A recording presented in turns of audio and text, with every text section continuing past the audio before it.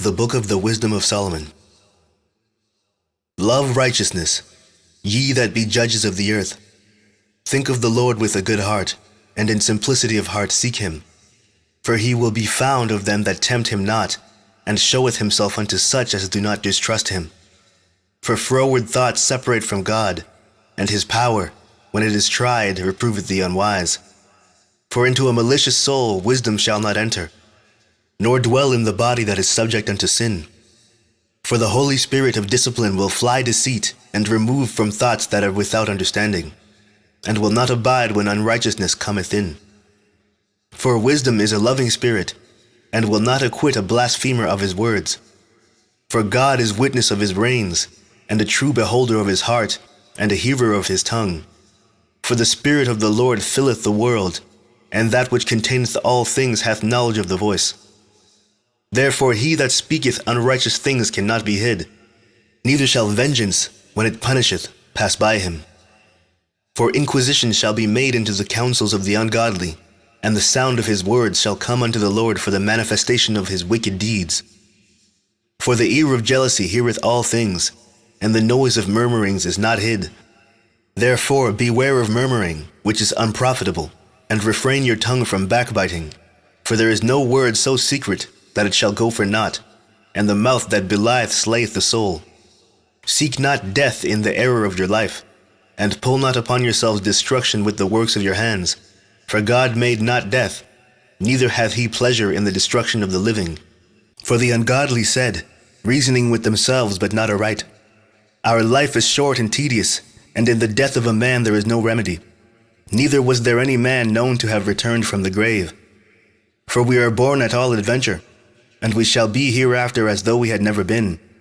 For the breath in our nostrils is as smoke, and a little spark in the moving of our heart, which being extinguished, our body shall be returned into ashes, and our spirit shall vanish as the soft air, and our name shall be forgotten in time, and no man shall have our works in remembrance, and our life shall pass away as the trace of a cloud, and shall be dispersed as a mist that is driven away with the beams of the sun, and overcome with the heat thereof.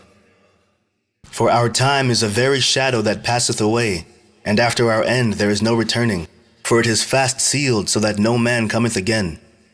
Come on, therefore, let us enjoy the good things that are present, and let us speedily use the creatures like as in youth. Let us fill ourselves with costly wine and ointment, and let no flower of the spring pass by us. Let us crown ourselves with rosebuds before they be withered. Let none of us go without his part of our voluptuousness. Let us leave tokens of our joyfulness in every place, for this is our portion, and our lot is this. Let us oppress the poor righteous man. Let us not spare the widow, nor reverence the ancient gray hairs of the aged. Let our strength be the law of justice, for that which is feeble is found to be nothing worth. Therefore let us lie in wait for the righteous, because he is not for our turn, and he is clean contrary to our doings. He upbraideth us with our offending the law, and objecteth to our infamy the transgressings of our education. He professeth to have the knowledge of God, and he calleth himself the child of the Lord. He was made to reprove our thoughts. He is grievous unto us even to behold. For his life is not like other men's, his ways are of another fashion. We are esteemed of him as counterfeits. He abstaineth from our ways as from filthiness. He pronounceth the end of the just to be blessed, and maketh his boast that God is his Father. Let us see if his words be true, and let us prove what shall happen in the end of him. For if the just man be the Son of God, he will help him, and deliver him from the hand of his enemies. Let us examine him with despitefulness and torture, that we may know his meekness and prove his patience. Let us condemn him with a shameful death, for by his own saying he shall be respected. Such things they did imagine, and were deceived, for their own wickedness hath blinded them.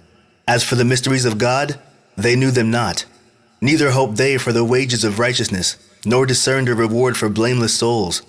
For God created man to be immortal, and made him to be an image of his own eternity. Nevertheless, through envy of the devil came death into the world, and they that do hold of his side do find it. But the souls of the righteous are in the hand of God, and there shall no torment touch them. In the sight of the unwise they seem to die, and their departure is taken from misery, and their going from us to be utter destruction. But they are in peace. For though they be punished in the sight of men, yet is their hope full of immortality. And having been a little chastised, they shall be greatly rewarded. For God proved them, and found them worthy for himself.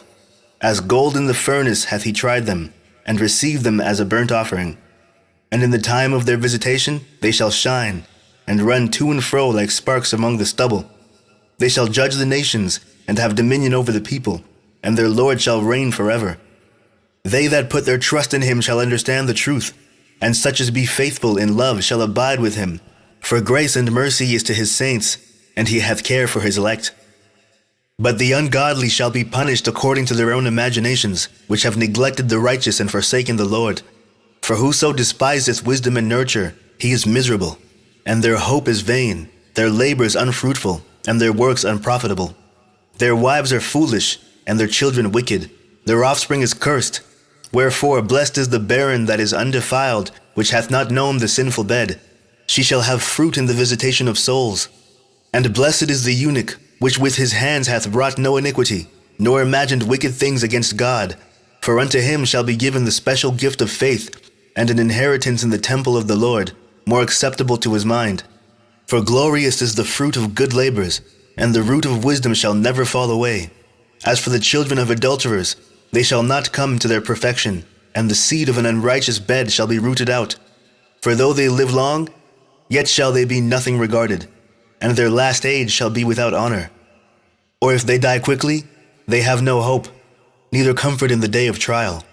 For horrible is the end of the unrighteous generation. Better it is to have no children, and to have virtue, for the memorial thereof is immortal, because it is known with God and with men. When it is present, men take example at it, and when it is gone, they desire it. It weareth a crown, and triumpheth forever, having gotten the victory, striving for undefiled rewards. But the multiplying brood of the ungodly shall not thrive, nor take deep rooting from bastard slips, nor lay any fast foundation. For though they flourish in branches for a time, yet standing not fast, they shall be shaken with the wind, and through the force of winds they shall be rooted out. The imperfect branches shall be broken off, their fruit unprofitable, not ripe to eat, yea, meat for nothing. For children begotten of unlawful beds are witnesses of wickedness against their parents in their trial. But though the righteous be prevented with death, yet shall he be in rest. For honorable age is not that which standeth in length of time, nor that is measured by number of years. But wisdom is the gray hair unto men, and an unspotted life is old age. He pleased God, and was beloved of him, so that living amongst sinners he was translated. Yea, speedily he was taken away, lest that wickedness should alter his understanding, or deceit beguile his soul. For the bewitching of naughtiness doth obscure things that are honest, and the wandering of concupiscence doth undermine the simple mind.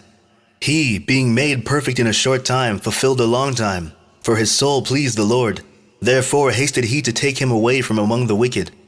This the people saw, and understood it not, neither laid they up this in their minds, that his grace and mercy is with his saints, and that he hath respect unto his chosen. Thus the righteous that is dead shall condemn the ungodly which are living, and youth that is soon perfected, the many years and old age of the unrighteous. For they shall see the end of the wise, and shall not understand what God in his counsel hath decreed of him, and to what end the Lord hath set him in safety.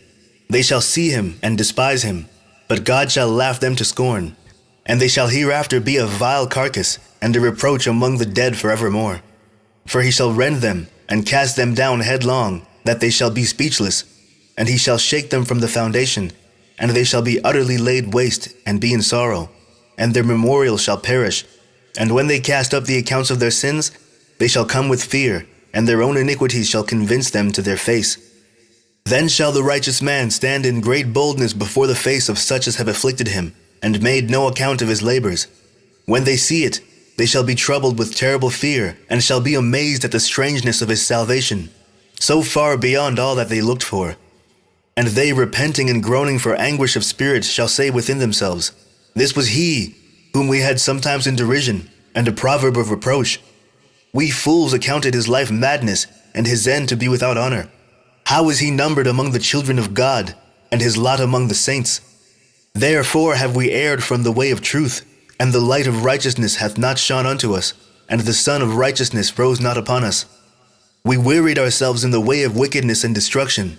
Yea, we have gone through deserts, where there lay no way. But as for the way of the Lord, we have not known it. What hath pride profited us? Or what good hath riches with our vaunting brought us? All those things are passed away like a shadow, and as a post that hasted by, and as a ship that passeth over the waves of the water, which when it is gone by, the trace thereof cannot be found, neither the pathway of the keel in the waves. Or as when a bird hath flown through the air, there is no token of her way to be found, but the light air being beaten with the stroke of her wings, parted with the violent noise and motion of them, is passed through, and therein afterwards no sign where she went is to be found.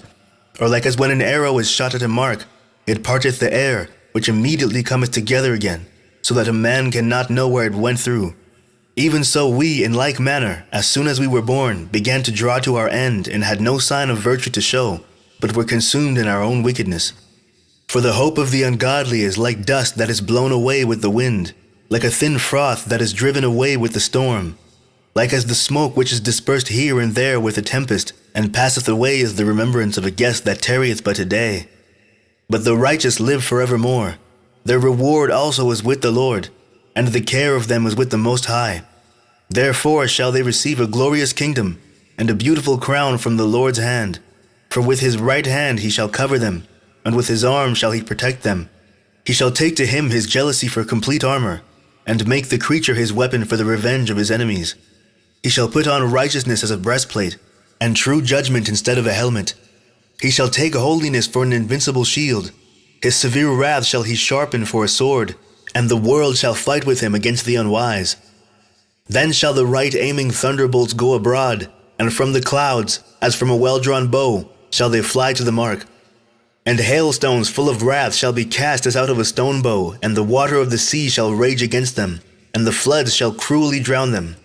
Yea, a mighty wind shall stand up against them, and like a storm shall blow them away. Thus iniquity shall lay waste the whole earth, and ill-dealing shall overthrow the thrones of the mighty. Hear therefore, O kings, and understand, learn, ye that be judges of the ends of the earth. Give ear, you that rule the people, and glory in the multitude of nations. For power is given you of the Lord, and sovereignty from the highest, who shall try your works and search out your counsels. Because being ministers of his kingdom, you have not judged aright, nor kept the law, nor walked after the counsel of God. Horribly and speedily shall he come upon you. For a sharp judgment shall be to them that be in high places. For mercy will soon pardon the meanest, but mighty men shall be mightily tormented. For he which is Lord over all shall fear no man's person, neither shall he stand in awe of any man's greatness. For he hath made the small and great, and careth for all alike. But a sore trial shall come upon the mighty. Unto you therefore, O kings, do I speak, that ye may learn wisdom, and not fall away. For they that keep holiness holily shall be judged holy, and they that have learned such things shall find what to answer.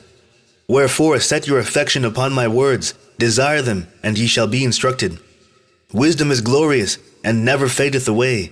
Yea, she is easily seen of them that love her, and found of such as seek her. She preventeth them that desire her, in making herself first known unto them. Whoso seeketh her early shall have no great travail, for he shall find her sitting at his doors. To think therefore upon her is perfection of wisdom, and whoso watcheth for her shall quickly be without care. For she goeth about seeking such as are worthy of her, showeth herself favorably unto them in the ways, and meeteth them in every thought. For the very true beginning of her is the desire of discipline, and the care of discipline is love, and love is the keeping of her laws, and the giving heed unto her laws is the assurance of incorruption, and incorruption maketh us near unto God. Therefore the desire of wisdom bringeth to a kingdom. If your delight be then in thrones and scepters, O ye kings of the people, honor wisdom, that ye may reign forevermore. As for wisdom, what she is, and how she came up, I will tell you, and will not hide mysteries from you, but will seek her out from the beginning of her nativity, and bring the knowledge of her into light, and will not pass over the truth. Neither will I go with consuming envy, for such a man shall have no fellowship with wisdom. But the multitude of the wise is the welfare of the world, and a wise king is the upholding of the people. Receive therefore instruction through my words, and it shall do you good.